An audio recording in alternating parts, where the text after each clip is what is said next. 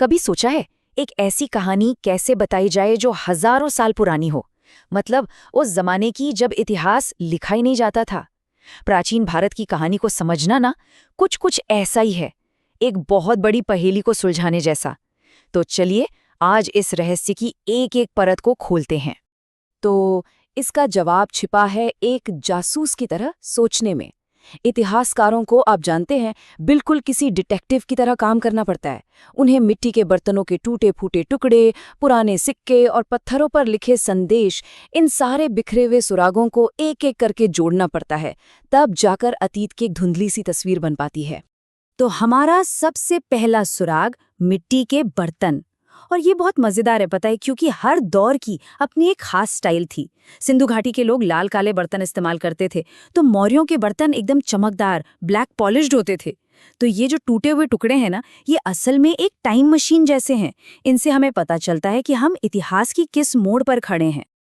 अच्छा, अब आते हैं सिक्कों पर। सिक्के उस जमाने की इकोनॉमी की पूरी कहानी बयां कर देते हैं। मौर्यों के जो शुरुआती चांदी के सिक्के थे वो बहुत ही सिंपल थे। उन पर बस कुछ निशान बने होते थे। लेकिन धीरे धीरे जैसे जैसे वक्त आगे बढ़ा, राजाओं ने उन पर अपनी तस्वीरें और नाम लिखवाना शुरू कर दिया। और इनसे हमें उनके राज, उनके ट्रेड और उनके असर के बारे में कितना कुछ पता चलता है। और फिर आता है सबसे सीधा, सबसे पावरफुल सुराग, शिलालेख। मतलब पत्थर पर लिखी हुई कहानियां, राजाओं के फरमान, दान पुण्य का ब्यौरा, उनकी जीतों की गाथाएं, सब कुछ। ये वो लम्हा है जब ऐसा लगता है कि हजारों साल पहले का इतिहास हमसे सीधे सीधे बात कर रहा है।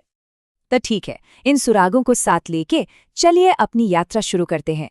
हमारा पहला पड़ाव है भारत के सबसे पहले महानगर, यानी सिंधु घाटी सभ्यता की दुनिया। और ये कोई छोटी मोटी बस्ती नहीं थी, बिल्कुल भी नहीं।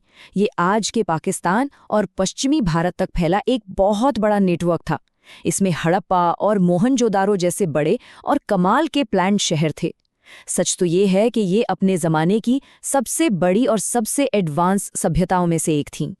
और ये लोग कितने एडवांस थे, इसका अंदाजा लगाइए।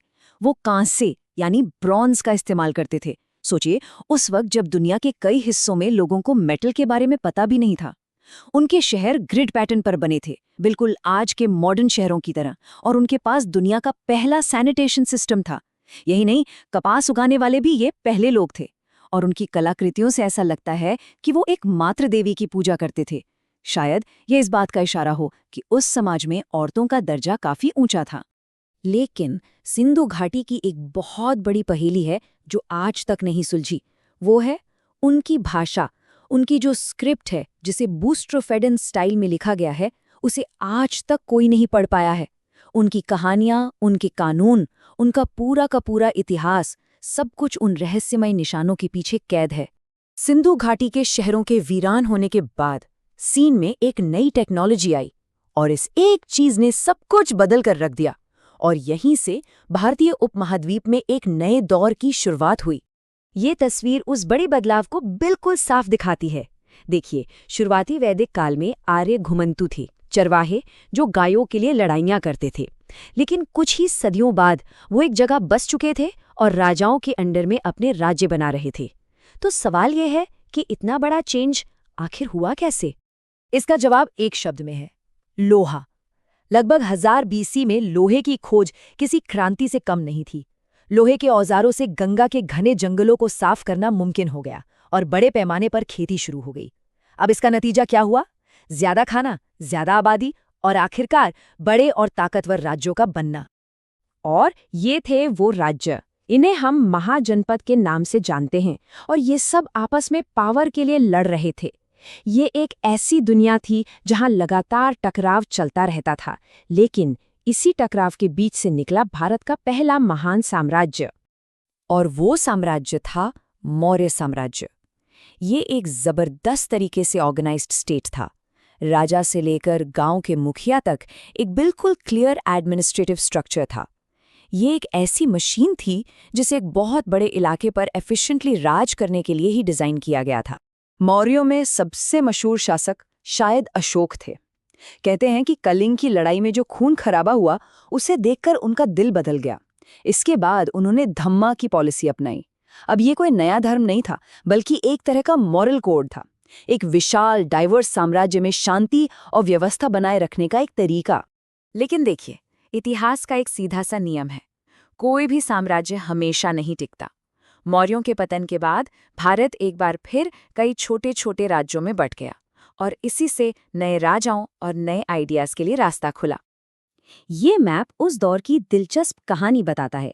देखिए, सेंट्रल और साउथ इंडिया में शुंग और सातवाहन जैसे देसी राजवंशों ने पावर संभाली।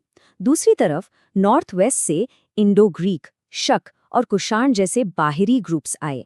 उन्होंने भी अपने राज कायम किए और इससे कल्चर, आर्ट और आइडियाज का एक गजब का मिक्सचर तैयार हुआ। सिक्कों की ये तुलना देखिए, ये उस दौर की इकोनॉमी के बारे में कितनी मजेदार बात बताती है। कुषाणों ने जो सोने के सिक्के निकाले वो बहुत हाई प्योरिटी के थे। क्यों?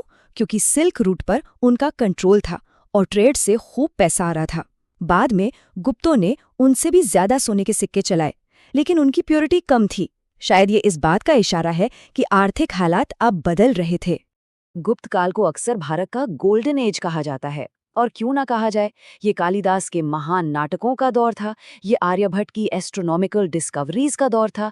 सोचिए, जीरो का कॉन्सेप्ट भी यहीं से आया। कुल मिलाकर साइंस और लिटरेचर में कमाल की तरक्की का एक असाधारण समय था। लेकिन गोल्डन एज भी हमेशा नहीं रहता। गुप्तों के पतन के साथ ही पावर का सेंटर एक बार फिर शिफ्ट हो गया और इससे पूरे सब कॉन्टिनेंट में सत्ता के लिए एक नए संघर्ष की शुरुआत हुई। यहाँ हम दो बिल्कुल अलग अलग पॉलिटिकल सिचुएशन को एक साथ देख सकते हैं। एक तरफ है उत्तर में हर्षवर्धन का विशाल साम्राज्य, जिसने कुछ समय के लिए स्टेबिलिटी दी, लेकिन उनके जाने के बाद एक पावर वैक्यूम बन गया और यहीं से कन्नौज शहर पर कब्जे के लिए तीन बड़ी ताकतों के बीच एक लंबी लड़ाई शुरू हो गई। इसी लड़ाई को इतिहास में त्रिपक्षीय संघर्ष के नाम से जाना जाता है। ये कोई छोटी मोटी लड़ाई नहीं थी, ये लगभग 200 साल तक चली। इसमें तीन बड़े राजवंश पाल, प्रतिहार और राष्ट्रकूट कन्नौज पर कंट्रोल के लिए लड़ते रहे। अब कन्नौज इतना जरूरी क्यों था? क्योंकि वो गंगा ट्रेड रूट पर था और उस पर कब्जा मतलब इज्जत और पैसा दोनों। अच्छा, जब ये सब उत्तर में चल रहा था, उसी बीच दक्षिण में एक और बड़ी पावर उभर रही थी और ये उत्तर की ताकतों से बिल्कुल अलग थे। ये थे चोल। वो जमीन पर लड़ने वाले राजा नहीं, बल्कि एक समुद्री ताकत थे, एक मैरीटाइम पावर। उनकी नेवी इतनी शक्तिशाली थी कि वो पूरे इंडियन ओशन पर हावी थे और उनका ट्रेड और दबदबा साउथ ईस्ट एशिया तक फैला हुआ था। तो हजारों सालों की इस तेज रफ्तार यात्रा के बाद हम कहाँ पहुंचे? ये सब आज हमारे लिए मायने क्यों रखता है? हमने एक लंबा सफर तय किया है, सुनियोजित शहरों से लेकर विशाल साम्राज्यों तक का। हमने देखा कि कैसे एक धातु, लोहे ने दुनिया बदल दी, कैसे लिटरेचर और साइंस आसमान छू रहे थे, और कैसे पावर के लिए होने वाली लड़ाइयों ने हमेशा हमेशा के लिए इतिहास का रुख मोड़ दिया। और ये सफर हमें एक आखिरी सवाल पर लाकर छोड़ता है। सिंधु घाटी के टाउन प्लानिंग से लेकर अशोक के नैतिक शासन तक और गुप्त काल की बौद्धिक विरासत तक, प्राचीन भारत का कौन सा आइडिया, कौन सी गूंज है जो आज भी हमारी मॉडर्न दुनिया में सबसे जोर से सुनाई देती है? सोचने वाली बात है।